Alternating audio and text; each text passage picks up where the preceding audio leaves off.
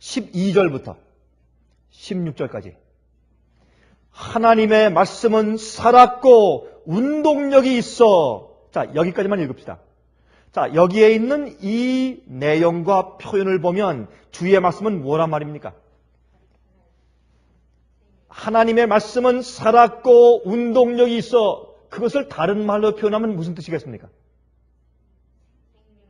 생명력이 있단 말이죠. 맞습니다. 그런데 주의 말씀은 살았고 운동력이 있어. 이게 무슨 말이에요? 예? 물론 생명이고 이것은 생명을 그 가운데 가지고 있는 씨앗이고 능력이고 다 그렇지만 이 말은 에너지라는 뜻입니다. 에너지. 에너지의 에너지. 저기 태양에 계속적으로 불타는 저 힘은 하나님의 생명력과 능력을 상징합니다. 그래서 이 지구에는 지구에는 모든 식물들과 모든 동물들과 모든 새들과 모든 인간들이 살기에 반드시 기본적으로 필요한 생명력이 햇빛 아닙니까? 햇빛을 딱 달아주셨어요. 그래서 성경은 여호와는 우리의 무엇입니까? 해예요. 주님은 우리의 해예요. 주님은 우리의 햇빛입니다. 그러므로 여러분 태양은 우리가 이해하기로는 스스로 존재해요. 누가 갖다 에너지를 주지 않아요. 하나님 물론 주님께서 에너지를 공급하시지만 그러나 스스로 존재하는 것처럼 저 위에 걸려 있습니다. 그래서 하나님의 뜻이에요. 태양이. 근데 그 태양을 만드신 하나님을 경배하지 않고 태양을 경배한 것이 바알신이 됐지만 말이죠. 그렇죠? 그래서 하나님의 말씀, 약속, 이 성경 말씀은 에너지입니다. 그 말씀을 내 마음속에 심으세요. 내 생활에 심으시고 계획에 심으세요. 그럼 그것이 나로 하여금 움직이게 해요. 가게 해요. 생활하게 합니다. 열매를 맺게 합니다. 성공하게 합니다. 영생을 가지게 해요.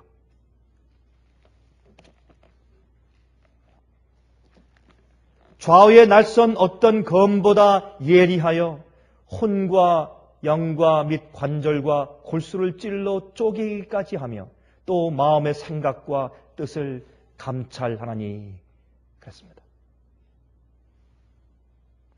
여러분 주님 말씀과 이 약속은 에너지입니다. 우리에게 힘을 줘요. 우리를 살게 합니다. 에너지는 반드시 우리를 움직이게 해요. 또한 좌우에 날선 어떤 검보다 예리합니다. 혼과 영과 관절과 골수를.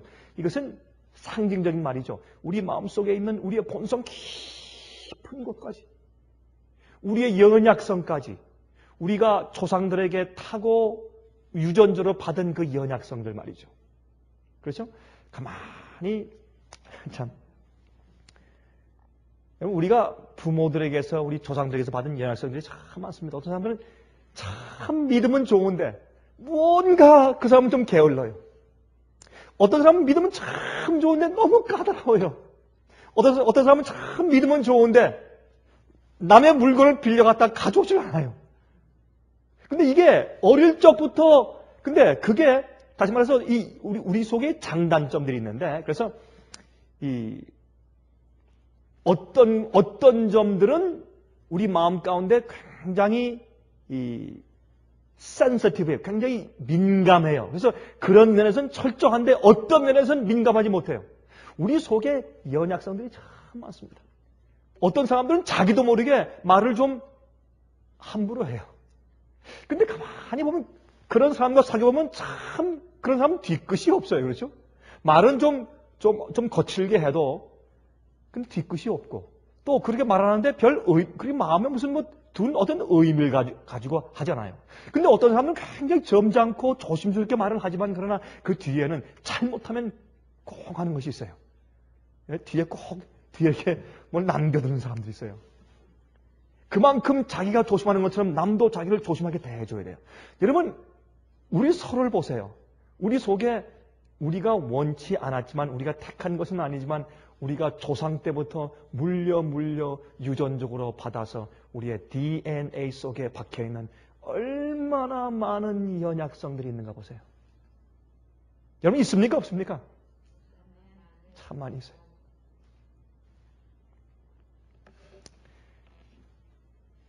하나님께서는 주의 말씀은 말이죠. 이러면 하나님의 말씀은 하나님의 자체입니다.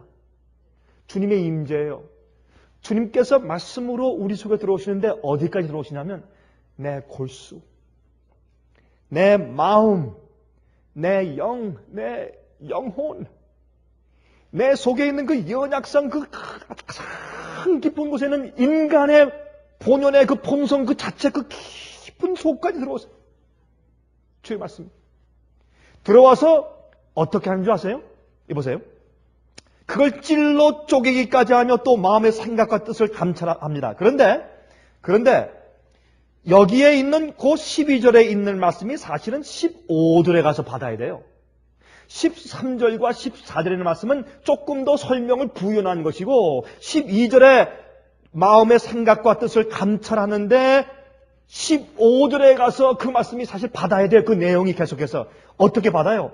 우리에게 있는 대제사장은 우리의 연약함을 체휼하지 아니하는 자가 아니에요.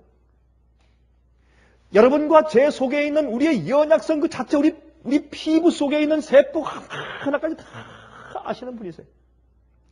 여러분이 타고난 본성, 연약성 그 모든 것을 다 아시는 분이시고 여러분의 영혼까지 전부 꿰뚫어 아시는 분이세요. 여러분의 생각을 아시고 여러분의 소원을 아시고 여러분의 기도를 아시고 여러분의 소원을 아시고 여러분의 눈물을 아시고 여러분의 슬픔을 아시고 여러분의 절규를 아시고 여러분 속에 있는 모든 본성의 하나를 전부 아세요. 세포 하나를 아세요. 그리고 우리의 연약성을 주님께서 같이 지세요. 여기 말씀하시기를 우리 연약함을 체휼하지 아니하는 자가 아니요 모든 일에 우리와 한결같이 시험을 받은 자로되 죄는 없으시니라. 여러분 헬라말로 동정한다. 영어로 sympathy 그죠? sympathy 동정한다. 이 동정이란 말은 헬라말로 같이 고통당한다 그런 뜻입니다. 같이 고난당한다 그런 뜻입니다. 예수님께서 이 땅에 오셔서 우리 같은 입장에서 같이 사시면서 우리 속에, 우리 영혼 깊은 속에 있는 우리 관절과 영과 혼과 골수를 찔러 쪼개기까지 깊은 속에 들어가서 우리 인간이 정말 어떠한지 그걸 실제로 체험하시고 우리와 같이 고난당하시고 우리를 정말 이해하시고 몸소 이해하셨단 말이에요. 체험하셨단 말입니다. 그 뜻이에요 이게.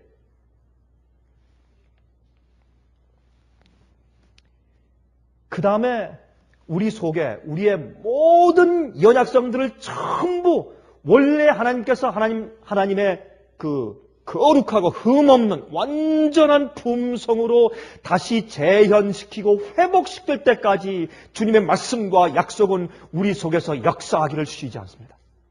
계속적으로 끝까지 씨를 심으면 완전한 열매를 맺을 때까지 그 씨가 자라기를 쉬지 않습니다.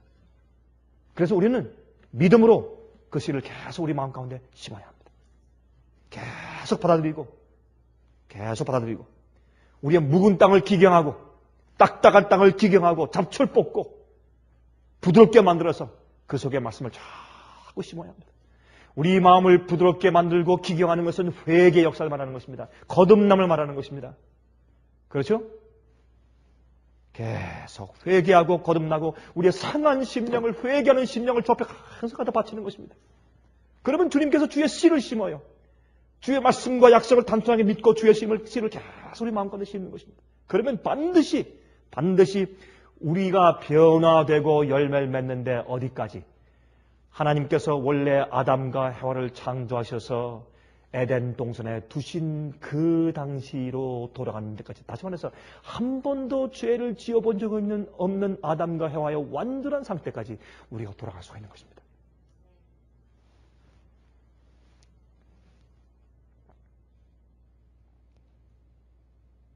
여러분 햇빛을 보세요. 햇빛을 보시면 이렇게 말들을 하죠. 50마일로 달려가다가 차가 벽에 딱 부딪히면 그러면 그 차가 몇 층에서 떨어지는 충격이라고 합니까? 5층에서 떨어지는 충격이에요. 70마일로 달려가다가 벽을 부딪히면 몇 층에서 떨어지는 충격이라고 합니까? 7층에서 이제 떨어지는 충격이라고 합니다. 굉장한 충격이죠. 그런데 또 우리가 이제 돌을 던질 때 우리가 살살 던지는 것과 세게 던지는 것과 그 돌을 던지는 속도에 의해서 아픈 게 훨씬 더하죠. 맞습니까? 근데 햇빛 보세요, 햇빛. 그 먼 곳에서 얼마나 빨리 달려와요. 예? 1초에 똑딱할 때 지구를 7바퀴 반 돌아가는 그 엄청난 속도로 태양이 막 달려오는데 우리 몸에 딱 오면 어떻게 해요? 따뜻해요. 충격을 주지 않고 헐타지 않고 상처를 주지 않고 아픔을 주지 않고 그냥 달려와서 우리 몸을 때리는데 그 멀리서 엄청난 속도로 막 달려와서 우리 속을 스며들면서 전혀 고통 없이 우리에게 생명을 줘요. 하나님은 그러신 분이에요. 하나님은 그러한 분입니다. 오히려 따뜻한 열과 생명력이 됩니다. 그래서 이 하나님의 생명의 말씀이 당신의 뜻과 계획을 실행하시도록 받으면 내 속에 들어가서 그리고 신뢰하면 내 속에서 반드시 열매를 맺습니다. 그래서 매일 주의 말씀을 먹어야 돼요.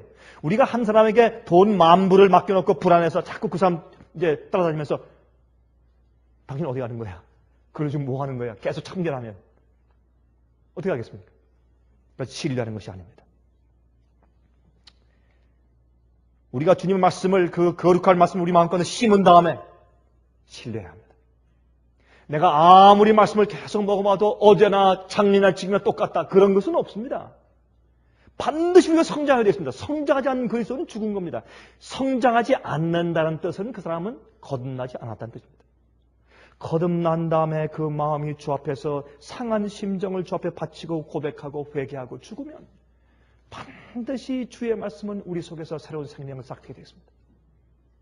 자라지 않는 것은 죽은 것입니다.